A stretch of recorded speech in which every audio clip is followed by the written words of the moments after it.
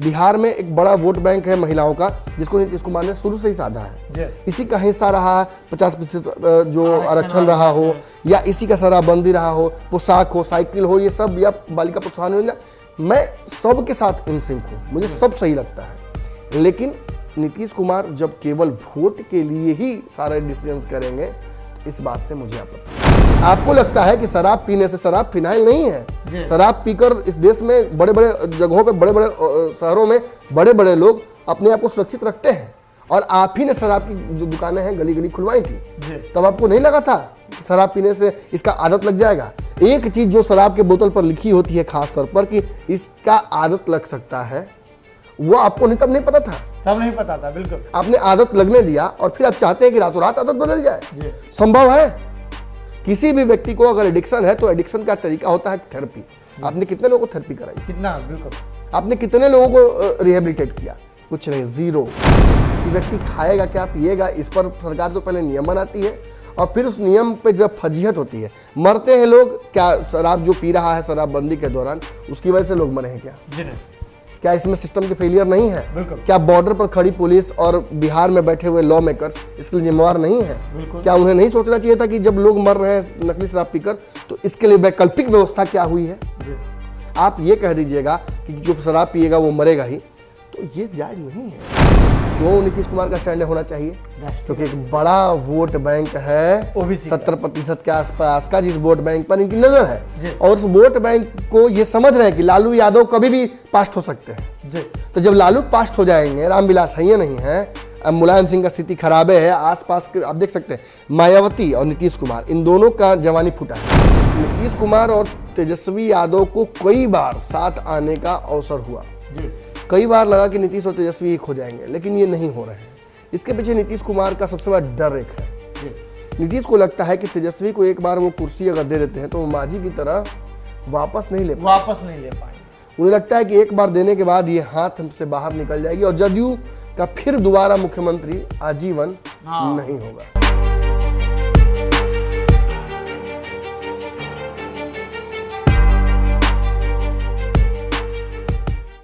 नमस्कार, पंचनामा देख रहे हैं आप। पंचनामा आपका पसंदीदा शो, जहां खबरों की चीरफाड़ होती है।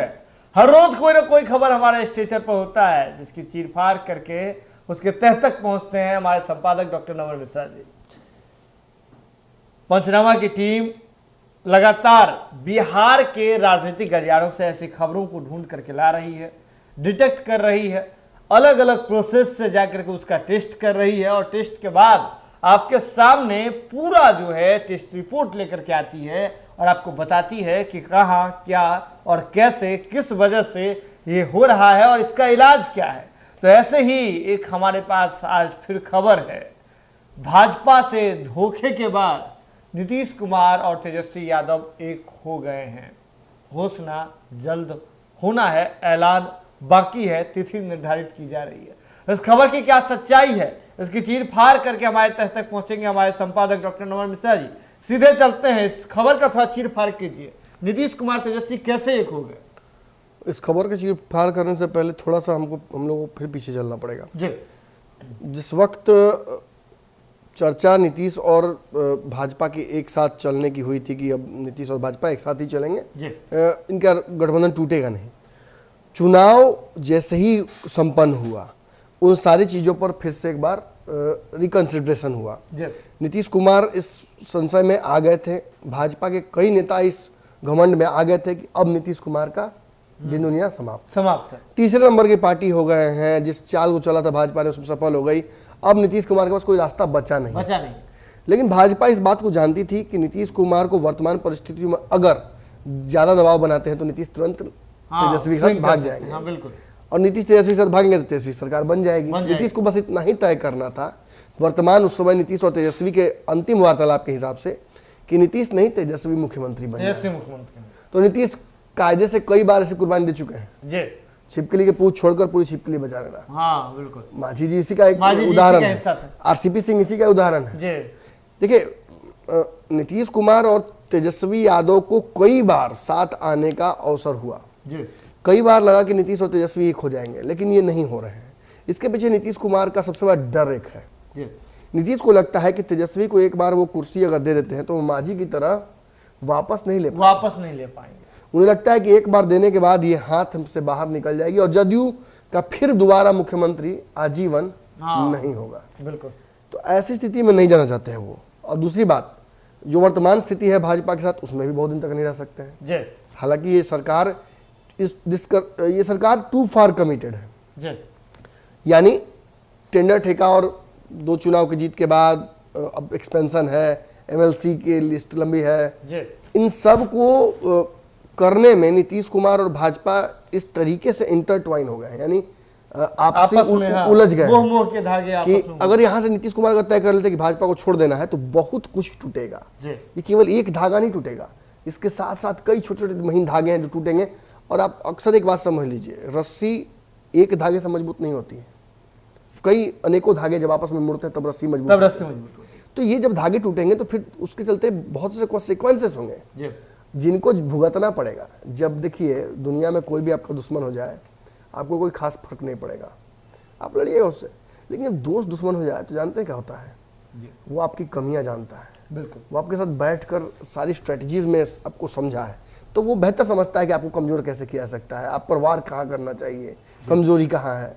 तो भाजपा और नीतीश का रिश्ता बहुत लंबा रहा है और भाजपा नीतीश को बहुत डैमेज कर सकती है। हम देखते हैं कई बार नीतीश कुमार पॉइंट ब्लैंक गलतियां करते हैं और तेजस्वी यादव आवाज उठाते रहते हैं, चुप हो जाता है, सब कुछ मामला है। उन्हें तो बिहार में तो हो नहीं सकता था कि किसी महिला के कमरे में पुलिस बिना पूछे घुस जाए। बिल्कुल।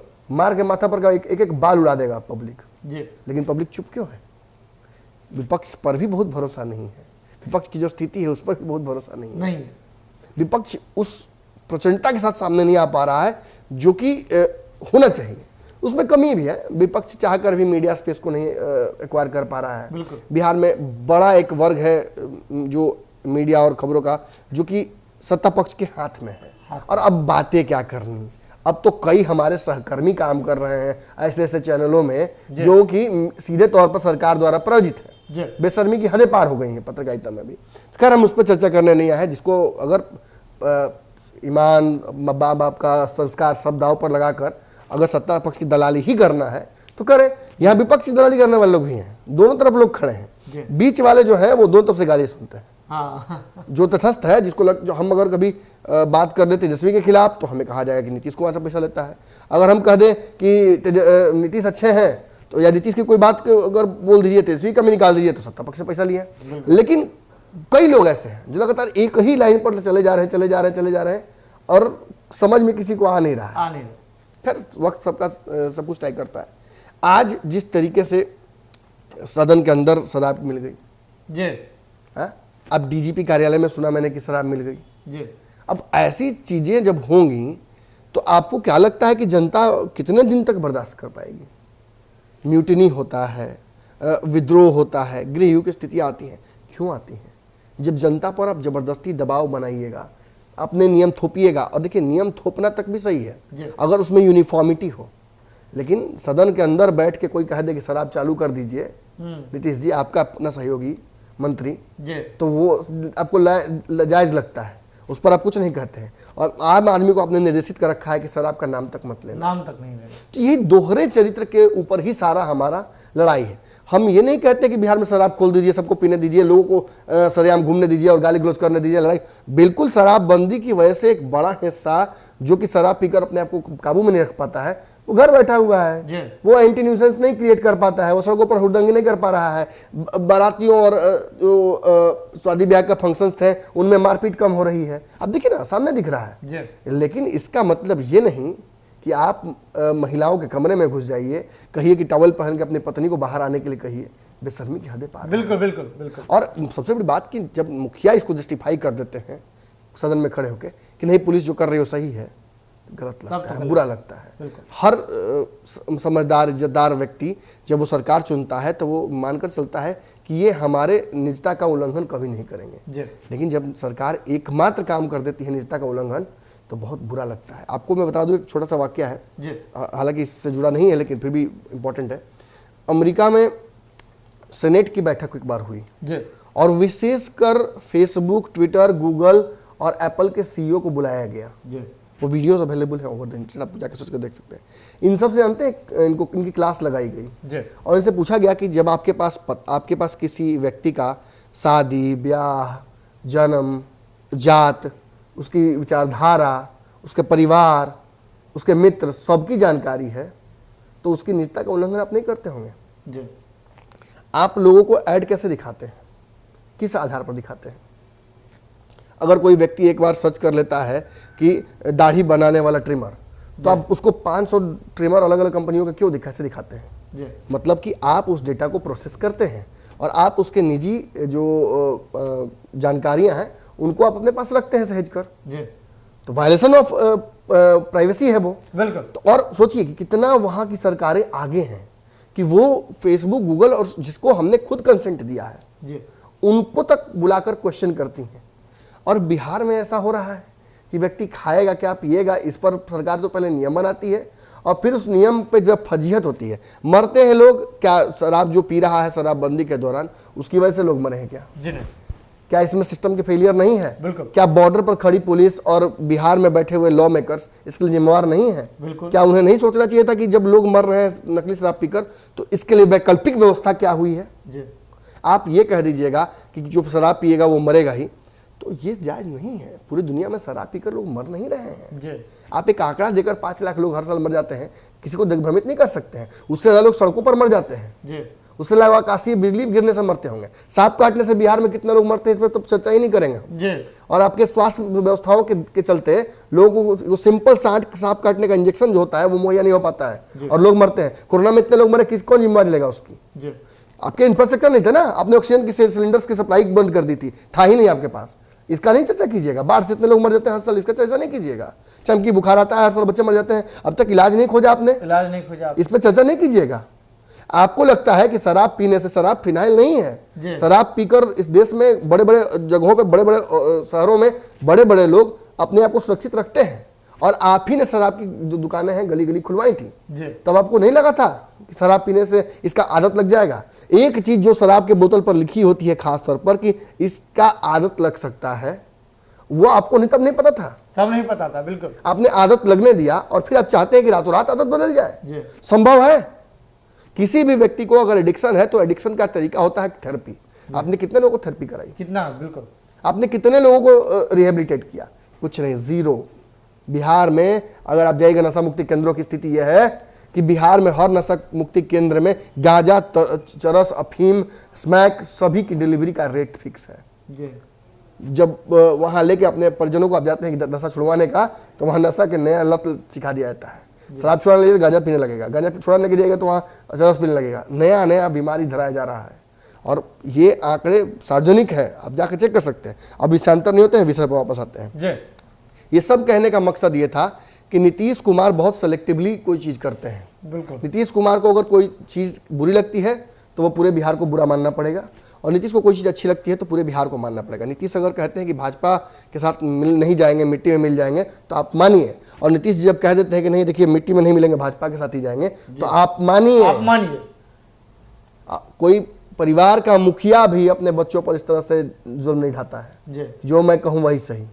नीतीश कुमार ने अपने आसपास यस मैन की फौज खड़ी कर दी है। ललन सिंह से लेकर आरसीपी सिंह तक सब झोला ढोआ, अशोक चौधरी से लेकर जितने संजय झा हैं सब झोला ढोआ, सब झोला ढोने वाले। झोला ढोते हैं, उसके नाम बदले उनको रिवार्ड मिलता है। कोई किसी बिना जो चुनाव नहीं जीत सकता है उस व्यक्ति को एमएलसी बनाकर भेजते हैं, इसीलिए चमचाई करता है, इसलिए पीछे पीछे खड़ा रहता है नीतीश कुमार के। देखिएगा जब नीतीश कुमार कोई बयान देने आते हैं मीडिया में, तो वही नेता 4 को पीछे नजर आता है। आरसीपी सिंह जैसा आदमी कुछ बोल दिया तो देखिए साइडलाइन कर दिया गया। अब ये आरसीपी सिंह नाजिर हो गए कि दोबारा कोई ऐसे नाफरमानी ना करे, दोबारा कोई पर्दे के पीछे भाजपा के साथ खेल ना करे। हाथ कटवाने वाला शाहजहां जो था ना ताजमहल बनवा के, वही नीतीश कुमार का हाल है। उसी तरह के नीतीश कुमार है। इनको प्यार है अगर शराबबंदी से तो अपने हाथ काटिए आप। और देखिए मैं वही तो कह रहा हूं कि कई मंत्री ऐसे हैं जो शराब पीते हैं, शराब उनके घर तक पहुंचता है, उनके सरकारी आवास तक, और वो खड़े होकर शपथ ले रहे हैं बेशर्मों की तरह। अभी तक बताइए, जो एक बड़ा काम होना चाहिए था, सड़कों पर मैं देख रहा हूँ कि लड़के लड़कियां बेचारे इधर से निकल रहे हैं, बर्गर खा के, पिज्जा खा के, 10 को बात करके आपस में निकल, मुंह में घुसा दिया गया। शराब पिया कि नहीं चेक कीजिए, इसके मुंह से निकाल के उसके मुंह में घुसा दिया। यही सरकार कोरोना के दौरान रो रही थी कि हमारे पास उपलब्ध नहीं है रिसोर्सेस, हम कैसे जान बचाएं। यही सरकार सोच नहीं रही कि कोरोना खत्म नहीं हुआ है, मुंह में घुसाई जा रही है लोगों के। सर पुलिस के लोग पकड़ के लोगों को मुंह सूंघ रहे हैं। ये कैसे आप अधिकार दे सकते हैं किसी को? मेरे मुंह तक कोई कैसे आके सूंघ सकता है? 2 थप्पड़ उसे मैं रसीद कर दिया जाएगा। ये निजता का उल्लंघन है। और ये मैं कहता हूं कि मैं तो बार बार कह रहा हूं कि मानव अधिकार का उल्लंघन सबसे ज्यादा बिहार में हुआ है और होता ही रहा है। सुना मैंने सोने का खजाना मिल गया, मैं कहूंगा कि नीतीश कुमार जी को दे दिया जाए, वो नीतीश कुमार को दे दिया जाए और कायदे से इनको कहा जाए कि आप रिटायर हो जाइए। क्योंकि जिस तरीके की राजनीति ये कर रहे हैं ना, इस राजनीति से बिहार के युवाओं का भविष्य चौपट होने जा रहा है। आप रोजगार मिले ना मिले, रोजगार की संभावना बिहार में बहुत है, रोजगार की संभावना देश में बहुत है, लेकिन आप अगर क्वालिफाइड हैं कि आपको मैनेजर बनना चाहिए तो आपको चपरासी बनना पड़ेगा। आप चपरासी बनने की पढ़ाई अगर किए हैं तो आपको ग्रुप डी में पहुंचा दिया जाएगा, बालू ईटा ढेला उठा के जाके ट्रैक पर रखना पड़ेगा।